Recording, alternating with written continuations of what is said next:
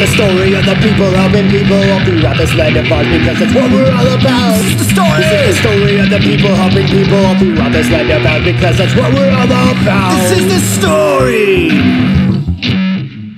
Welcome to Powered by Volunteers. I am Chris, and I'm here with Dolly Laub, one of the heroes of the Virginia Ballot Initiative. Dolly, how's it going? I'm doing great, Chris. Fantastic. So what made you want to volunteer for Beto? Like, what introduced you to Beto O'Rourke? Well, the first time I heard of Beto was when he missed his flight up to DC, and he and Will Hurd carpooled all the way up, and they live streamed it in, Beto style, I guess. And it was just such a great thing seeing that, and it was so real, and it made me feel better about our representatives in general. And I lived in Texas back then. I live in Virginia now, but I was in Houston then. And of course, it wasn't long after that that Beto started running for Senate. And so that was how I heard about Beto. That's awesome. Well, you were a huge part of the Virginia Ballot Initiative, which I took part in, and it was just a lot of work. And I mean, you rode trains, you went all over the state. I met you up in Fairfax. What would ever possess you to want to volunteer? What did Beto do exactly right to get you to want to do that?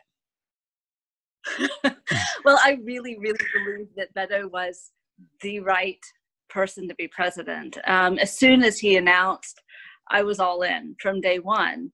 And I've never been like that before. I mean, first, I've never been involved in a primary before, but I felt that that if you didn't try, if you weren't a part of it, that you would never make anything happen, if that makes sense. Perfect sense. So when I decided that I really wanted Beto to be president, I just put everything into it. And that you did. You took part in I bought the sign, I got the t-shirts. Yeah, you did. Yeah, it was just such an immense amount of work. So just for those of you who don't know about the Virginia Ballot Initiative and what you had to do, I'm going to let Dolly tell you exactly what she did. Well, it's not like canvassing. No. Canvassing is a heap of fun, right? You go door to door and you talk to people, and it's somehow it's much more fun. I don't know.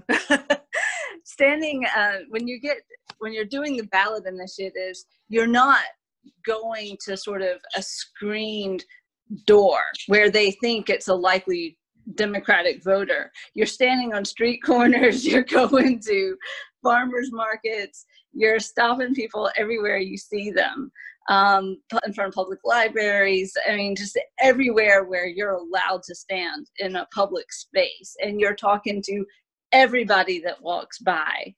And it can be quite testing, because you'll run into people that are Isn't he that guy? definitely not interested in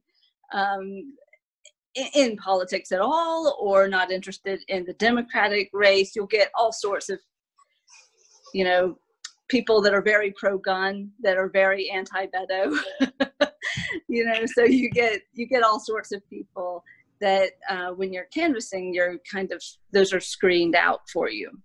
Yeah, so ballot petitions, it was just like straight up cold calls. As you saw people on the street, you talked to them. Right. Awesome. Right. And you had to get very comfortable with rejection. I mean, you had to get really comfortable. So, I mean, there were some places where it was great pickings, though. There were some places where it was really good and fun. Oh yeah, but any of the committee meetings were great.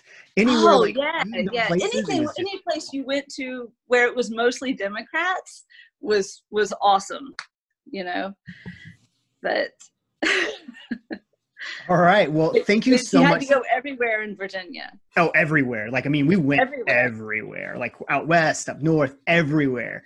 All right, Dolly, thank you. It had to be spread. Yeah, he's everywhere. All right, Dolly, thank you so much for coming on, and thank you for agreeing to do this. You are absolutely one of my heroes and one of the people that I loved working with. So thank you so much. You have a wonderful evening. This is the story.